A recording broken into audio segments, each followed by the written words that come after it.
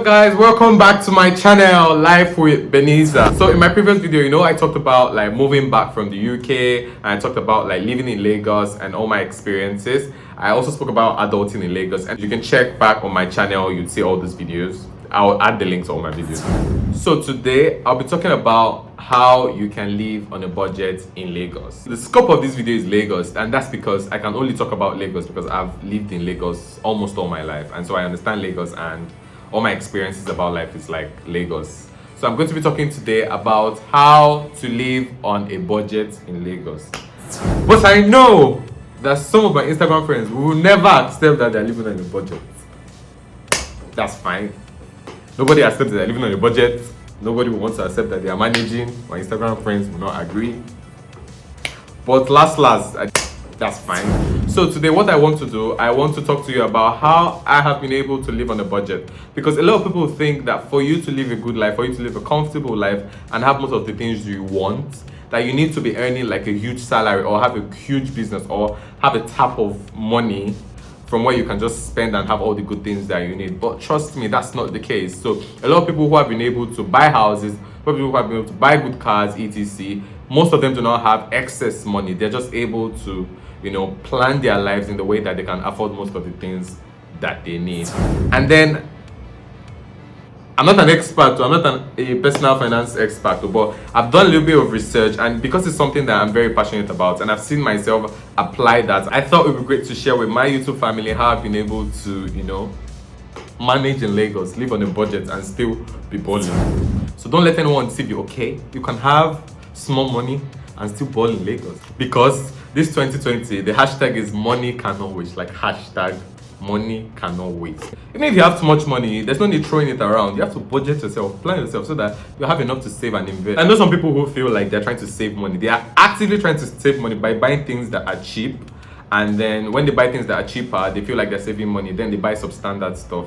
You compare it to people who buy things that are original because they know that they're going to use it for a longer period. It now turns out that they're now penny wise, pound foolish. If you live on a budget, it's very important to start planning your earnings. So from the first month when you get your salary, it's good to plan out all your expenses. Possibly create a spreadsheet. You may think it's actually going overboard, but trust me, creating a spreadsheet, it helps you know how much you're putting out to save, how much you're using on feeding, electricity, how much you're giving to charity, and all of that. That way you have a clearer picture, and then you know how to manage it and how not to overspend before the end of the month. It lets you know when you're overspending. It lets you know when you're going way overboard. It helps you reduce your impulse buying. Even if it doesn't help you reduce it, it just helps you make a mental note when you are obviously overspending. So budgeting is actually good. Everything starts from monthly budgeting, because when there's a monthly budgeting, you know that there's not much of a space for impulse buying. I'm such an impulse buyer, but then when I have a budget, it just helps me limit the number of things that I want to just see on the road and just buy. And there's a lot of tools to help you that. There are several apps, there are several softwares that can help you do your monthly budgeting. It also helps you project costs. So there's a lot of things you need to do in a month and you don't have money for them. Okay, this is how much I need to use. And then you know that when your next stream of income comes, you know how to quickly divert it. I only started planning my expenses a few months ago, and I've seen how much it helps. It helps a great deal. The thing you should consider is your rent. So if you don't have a house where you're not paying rent, if you don't have a family that has a property and you have to pay rent, you need to rent your house in a place where every other thing is easier for you. So before making a decision on when to rent your house, you need to understand, where is my business place? Where is my workplace? And you need to ensure that the distance is not too much. So I see some people who rent houses really far from their working areas. It's like you walk on the island and you rent a place at Ikorodu. A lot of people do it, but the rent has to be like super cheap, and you need to now add the cost of transportation, and then you need to add the stress. You need to monetize the stress you're putting yourself through, because it takes you like 2 hours to get to work, 2 hours to come back. Doesn't make any sense, because it makes sense. So if you want to live on a budget, like living on a budget means living with sense. Like if you're going to pass through stress that kills you, you have not saved money, you've just been penny wise, pound foolish. How about you get a place that's at least halfway? You can find a place that is halfway but it's still affordable, so that way you're saving yourself stress and you're still saving yourself money for fuel. Another thing I see people do in Lagos is still buying things in small quantities rather than buying in bulk. Trust me, it may look like it's expensive to buy things in bulk, but buying things in bulk, it saves you a lot of money. And Nigerians, particularly Lagosians, they tend to overlook like bulk buying. People think that bulk buying is only for people who are rich, but trust me, if you plan your finances well, you can buy all your bulk things like your toiletries, your soaps. It's good to buy them in bulk because the bulk prices are cheaper. I always like to buy things in bulk because I know that it saves me a lot of money. At the end of the day, I'll be saving in the thousands. If you're living on a budget, don't buy things in small pieces.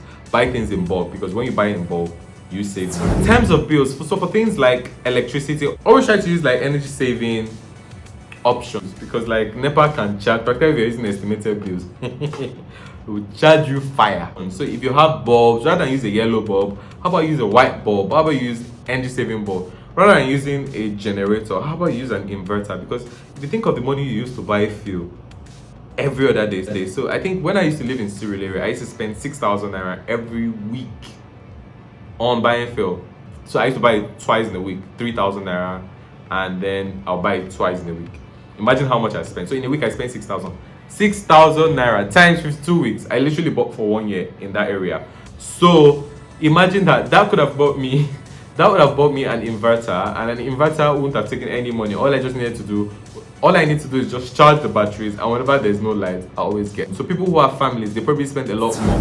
It's better for you to invest in an inverter, buy an inverter that can take most of your equipment, and then just keep charging it. And the inverter will last you for at least 3 years. So when you buy an inverter, you're actually saving a lot of money. You don't have issues with living with people and collaborating. If you're not getting married anytime soon, you're young, you're still trying to get a job, you're still trying to find your feet, there is no harm in living with people. A lot of people don't like it, personality preferences, but I would advise that if you can, and if you find people that you get along with, it'd be great for you to like collabo. Particularly if you want to live in a good neighborhood and you can't afford it on your own, you'll be saving a lot of money because you'll be saving money on bills, you'll be saving money on feeding, you'll be saving money on a whole lot. So if you're on a budget and if you don't have any problems with living with people, then by all means you should think about, you can consider living with people, particularly if you want to live in highbrow areas. For example, you want to live in a place like Ikoyi, you want to live in Lekki, you want to live in Magodo, places that are expensive and then you cannot afford on your own. How about you get 2 friends or another friend who you can split bills together? That way the rent bills is not so tedious on you and you're able to live in a good environment and live in a good home while you're still saving money in Lagos. And as regards shopping, trust me, you need to pay attention when you're shopping. Don't just, when you get your money, buy things anywhere when you see it. No. For shopping for your general groceries, shopping for your food, you need to know the actual places where they offer low cost. So I'll give you an example. I wanted to buy a pack of tissue in this supermarket and it was sold for 300 naira. And I went to this other supermarket and the pack of tissue was sold for 200 naira. So little things like that, they should inform where you shop. So now when I want to shop, I have places for different things.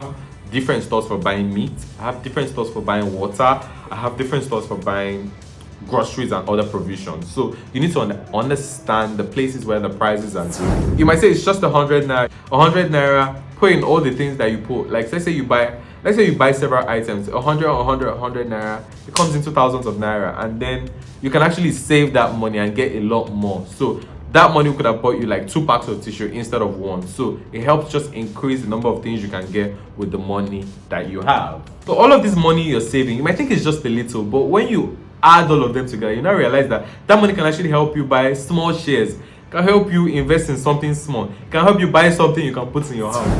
You find a chance to save money or spend less, you should jump on it and embrace it. For clothing, I would always advise that you shop online. A lot of people look down on shopping online, but trust me, there's a lot of money you can save. Because why? The internet penetration is not so much. All of these brands who have physical stores, they always encourage people to shop online. And because they want to encourage people to shop online, they are incentivizing people who are going to their website to shop. And so they give little discounts on their website. So shopping online actually saves you a lot of money. Especially for people who shop at ASOS, like you see the kind of deals you get.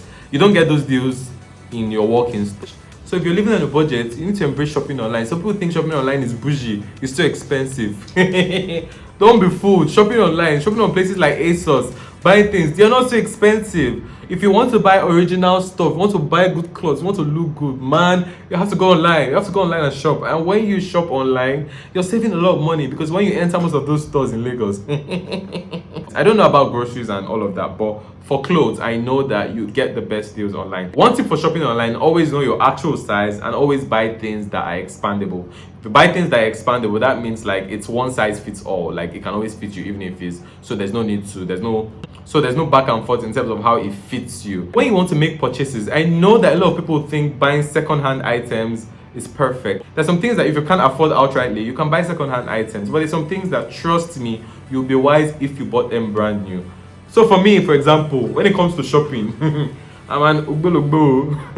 I can shop for Africa, so I know when to buy things. Like for example, I can buy electronics. When it comes to buying fairly used electronics, I know how to buy it, because when I go to those stores, I know how I inspect the items I'm buying. I know how I emotional blackmail I will do on the system. Like if this thing spoils, I will call police. I'm ready for that stress. So if I want to buy, for example, condition or fairly used, I know how to talk to them. I know the things to check, because I've been on the streets for so long. I know this doesn't sound right from my mouth, yeah. But so the thing is, I just know how to ensure that I get good quality, and it has always worked for me. So sometime I bought a fairly used AC, and I used it for like a long time, and it's still working for me. But someone else went to buy a fairly used AC because he saw my AC and he bought it. Trust me, from the first day, he had to spend half of the amount he bought it for just to fix the AC. So the point I'm trying to make is that most of the things that you buy fairly used and you feel like you're saving money, trust me, it doesn't last as much as the things that you buy for brand new. So what happens is that you now end up spending twice the amount you would have spent. So for example, a brand new television will probably last you for 3 to 5 years, but a fairly used one will last you for a year and a half before it has power issues. So I've also been unlucky. One time I bought a fairly used TV, and I used it for a year and then it backed up. So and then I had to repair it. Repairing it cost me like half of the amount that I used to buy it to repair it. So that's penny wise, pound foolishness. So you don't want to be that. So unless you have an eye for electronics, unless you know how to select, unless you know how to ensure that you're buying quality when you're buying used items, I'd advise you to always go for brand new items. It may cost a lot, but trust me, you'll be saving a lot of money in terms of durability and cost. Prepaid meter. When you're renting your house, always use prepaid meter. Prepaid meter, because if you know how much they are ripping you off from estimated bills, most times, like estimated bills estimated bills is not such a good thing, because most times they just bill you whatever they want to bill you, and then you find out that you are paying a lot of money. Like when I was living in some part of Lagos, they used to just bill me every month 20-something thousand. I'm like, is this on a 1-room apartment? What did I use that they are billing me every month 20-something? What did I use? Did he pass inverter AC that I was using, and television and fridge? How did you reach 20-something thousand? But I couldn't say anything because it was estimated to you. If you're living on a budget in Lagos and you see estimated power bills, run to the office and tell them to change it for you, because it might look like it's a lot of hassle to get the prepaid meter, but eventually the amount of money that you'll be saving in the course of a year is going to be very substantial to help you do something else. So when it comes to charity, you need to understand, you need to be careful about how you do charity. When you're doing charity, don't just, and I think I used to be very guilty of that. So I could take out half of my earnings and then distribute it across different people who are like, oh, I need this, I need that, I need that. I'm like, okay, I'm going to manage this because I'm trying to make people happy. And I realized I was doing that because I had this flaw. I just didn't know how to say no to people. If you're living on a budget, I think you should take out a reasonable amount for charity, not the one that makes you struggle. So do not displease yourself and stay in a tight corner because you want to help other people. There's always people around you who need your help, and it's very important that you lend a helping hand to people, but you need to ensure that you need to do it in a way that it doesn't affect you as a person. You don't now struggle because you give out palliatives. Well, I've covered all the tips I know about living on a budget in Lagos. I hope you've learned a thing or two about saving money and living on a budget in Lagos. If you have other tips, feel free to comment in the comment section. And if you haven't subscribed to my channel, please subscribe to my channel. I'm still trying to reach 1,000, so please subscribe to my channel. Like, comment, and subscribe. Thank you very much for watching my video, and do have a great week ahead. Bye.